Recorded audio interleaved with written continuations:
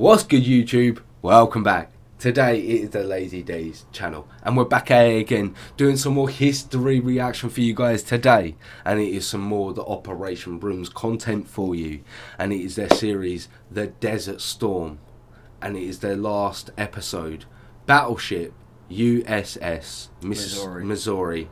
Thank you. I heard the mist coming out of that note.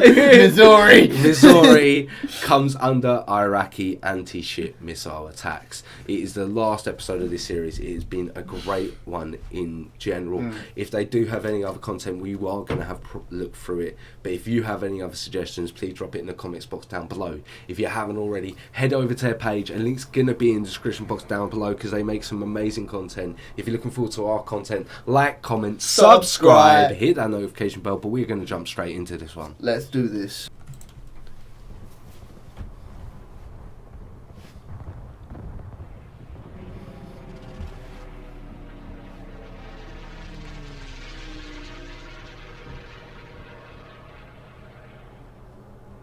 Bullshit, 24th of January, a week into the air war of Desert Storm, two Iraqi Mirage F-1s take off from Al-Jarrah airfield armed with the proven and feared Exocet anti-ship missile, a weapon that has in the recent past severely damaged and sunk US Navy and Royal Navy warships. Oh, yeah. They head southeast towards the Persian Gulf. The Iraqi Air Force is going to try to do what it hasn't attempted thus far in this conflict, to sink a coalition warship. In November 1990, 2 months prior to this moment and during Desert Shield, the build-up of forces in Saudi Arabia prior to Desert Storm commencing, the US launches Operation Imminent Thunder, a dress rehearsal massed amphibious assault involving 20 vessels and 18,000 sailors and marines on Ras Al Ghar in Saudi Arabia. The 4th and 5th Marine Expeditionary Brigades then embark on 5 amphibious assault ships and remain in the Persian Gulf. Desert Storm begins on the 17th of January 1991 with the 5-week air campaign against Saddam's military. The coalition's naval forces conduct cruise missile strikes, anti-ship operations against the Iraqi Navy, anti-mine operations, and naval bombardments against Iraqi positions on the Kuwaiti coast. Given the press coverage of Imminent Thunder, and knowing that those amphibious troops are now massed just off the Kuwaiti coast, Iraqi divisions are deployed along the coastline to defend against the amphibious assault they believe will come. This brings more Iraqi troops into range of naval bombardment, and weakens the Iraqi front line facing the coalition to the south. Of the approximately 100 combat vessels of the coalition naval forces, most are positioned in the Gulf, and Saddam knows that these vessels are doing untold damage to his forces in Kuwait. On the 24th of January, the flight path of the 2 Exocet-armed Iraqi Mirages is causing confusion for coalition air controllers. They're manoeuvring, almost as if it was on purpose, right along the border between the area of responsibility of the US Air Force and the US Navy, and are now heading southeast along the Saudi coast. This has caused confusion, and now no US aircraft are in range to intercept them. At any moment, they will likely turn to port and make their attack against coalition warships in the Gulf. The aircraft are just minutes from a potential launch range. British hospital ship RFA Argus has positioned herself on the western side of the fleet in order to receive helicopter casualty evacuations if required. She is likely the Mirage's target. Guarding Argus is Type 22 frigate HMS Brazen, which has just detected the bandits. She has a problem though. Her crew have just discovered a fault in one of her Seawolf anti-aircraft missile launchers. It's not clear whether she will be able to defend herself and the hospital ship at full efficiency. Oh no. A young radio operator aboard HMS Brazen, Radio Operator 2nd Class Paul Charlton, is just 20 years old and is on his first ever Navy deployment. He has no idea that Mirages are moving in against his ship, and at this moment he receives a high priority radio message. Protocol demands that he hand delivers this message to the ship's operations room. 20-year-old radio operator 2nd Class Paul Charlton would, later in life, create a YouTube channel called The Mighty Jingles. Upon arriving at the ops room, he recalls the following. An immediate priority signal, give that a look. an immediate precedence signal had come in that had to be rushed to the PWO, the Principal Warfare Officer, who was on duty in the ops room because we were at action stations. I didn't know why we were at action stations. I didn't know we were under direct attack. Walked into the ops room, immediately knew something was going on.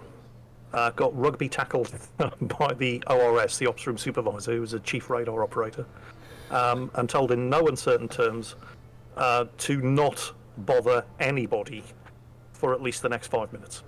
So I just had to stand there and wait, and had a grandstand view of the Ops Room coming together in order to fight this threat.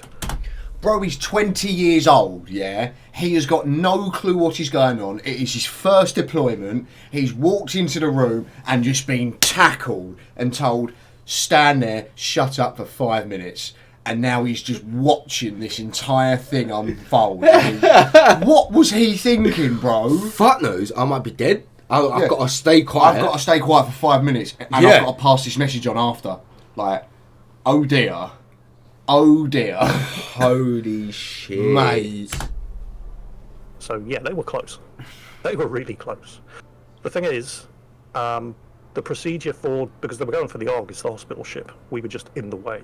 Our response would have been to put ourselves in the way. Intercept the missiles with Seawolf if we could, and if not, launch decoys and hope they went for the decoys, because if they didn't go for the decoys, we were going to have to take the hit. I tried to give this signal to the PWO and was immediately shoulder-charged by the ops room manager and told to leave them alone, don't interrupt, we're busy. And that was the precise moment when a pair of, I believe it was Saudi Arabian Air Force F-15 Eagles, intercepted these two burnt bandits when they were about 2 or 3 minutes outside of Exocet launch range. So I was standing there in the ops room just watching all of this happen and suddenly realising, wow, this war suddenly got very exciting. Anticipating that the Iraqis might also launch land-based anti-ship attacks against the coalition warships, the air campaign extends to include strikes against mobile launchers and storage facilities for Iraq's 50 to 70 Chinese-built HY-2 Seersucker land-based anti-ship missiles, a variant of the earlier Silkworm missile.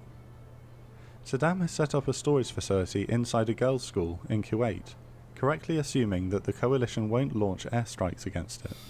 These images show the Seersucker missiles on trolleys in the school corridors. By the 20th of February, Coalition intelligence believes that all launchers have been destroyed, along with most of the missiles in theatre.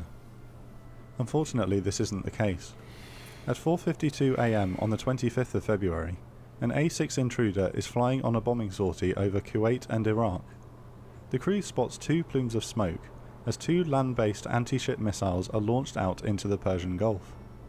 The first crashes into the sea immediately, but the second levels out and makes its way towards its target, a battleship that first served in World War II, the USS Missouri. The missile travels at just under the speed of sound, but at a relatively high sea skimming altitude of between 400 and 700 feet. The A6 that spotted the launch transmits a warning to US Naval Forces Central Command, but this hasn't been forwarded to the group in time. The Missouri is escorted by US Navy frigate USS Jarrett and minesweeper USS Avenger, and British Royal Navy destroyer HMS Gloucester, frigate HMS London, and minesweeper HMS Cattistock. Gloucester is the first to detect an incoming contact by radar at 21 nautical miles range, inside a designated air lane for coalition aircraft returning home after hitting targets in Iraq and Kuwait. She executes a snap turn to starboard to unveil her Sea Dart anti-air missiles near her bow. Her crew are under pressure to defend the surface group, but also to prevent a potential friendly fire incident. 43 seconds after the contact was first spotted, the crew of Gloucester correctly classify the contact as an incoming anti-ship missile, and 2 Sea Darts are launched. As the Sea Darts are on their way, the Seersucker is visually spotted by lookouts on Missouri. She dispenses chaff countermeasures into the sky around her, attempting to confuse the enemy missile's radar, and switches her Phalanx close-in weapon systems to auto-engage. Just 4 nautical miles away, Gloucester's Sea Darts arrive and destroy the missile mid-flight. Missouri's Phalanx never opens fire, possibly because its radars were being confused by her own chaff, or because the Seersucker hadn't achieved a good lock and appeared to be missing astern of her. Where's it going? The entire defensive engagement, from detection to classification and successful interception, has taken 89 seconds. The A6, which had spotted the missile launch, attacks the launcher with cluster bombs. The following morning of the 25th of February, further air operations are conducted to find and destroy seersucker launchers. HMS Gloucester is replaced by Falklands War veteran Type 42 destroyer HMS Exeter, and in the afternoon, the surface group is in the same position with Missouri conducting coastal bombardments. Exeter receives a radio report from minesweeper HMS Atherstone that she's visually spotted a plume of smoke near the coast to their west. Her crew don't know for sure what it was, but the plume would be consistent with another seersucker launch against the surface group. Exeter alerts the other ships in the group that another potential missile could be inbound. The observed smoke was actually from the detonation of a Kuwaiti oil well near the coast by Iraqi forces, but the surface group don't know this and must treat the threat of an incoming missile very seriously. This time, frigate USS Jarrett is quite close to Missouri, at just 2 to 3 nautical miles. Both switch their phalanx systems into auto-engage mode. Missouri begins to launch chaff pods into the air around her, again to confuse the supposed incoming weapons radar seeker. However, as the chaff pods explode above her, dispensing thousands of metal strips into the air, USS Jarrett's phalanx system automatically classifies the chaff as a target. The gun slews to starboard and fires a 220 round burst of 20mm fire into the chaff cloud just above the Missouri. 4 of these rounds hit the Missouri herself, 2 of which penetrate lightly armoured areas of the ship, but luckily no casualties are suffered. The second chaff cloud explodes above her, and again Jarrett's phalanx opens fire on it, but this time is manually shut off by an alert sailor. Well done. Yes. The events shown here are the only attempts by the Iraqi military to directly attack coalition warships in the Gulf. The more continuous threat was posed by Iraqi naval mines, an obstacle that would have made an amphibious assault on the Kuwaiti coast perilous. No such assault was attempted in the end, but General Norman Schwarzkopf would later say he had every intention of conducting amphibious operations if they became necessary, and that he was glad that Saddam feared such a possibility enough to concentrate his forces inside Kuwait, allowing for the ease of the ground forces left hook north and east to cut them off when the ground campaign commences. Well then, that was that episode. Yeah, man. Yeah, I really enjoyed it. It was crazy how the ship nearly shot itself. There was more nearly friendly fire. It was more of the friendly fire than it was him. That's crazy. Insane. But luckily no one got no one taken got out. injured. What a series by Desert Storm. That was very good, that. Really, really enjoyed it. Bit upset it's finished, and I'm looking forward to finding out some more about another series he might have made. If you guys are looking forward to our future content, like, comment, subscribe, hit that notification bell, but we will catch you in the next video. See you in a bit.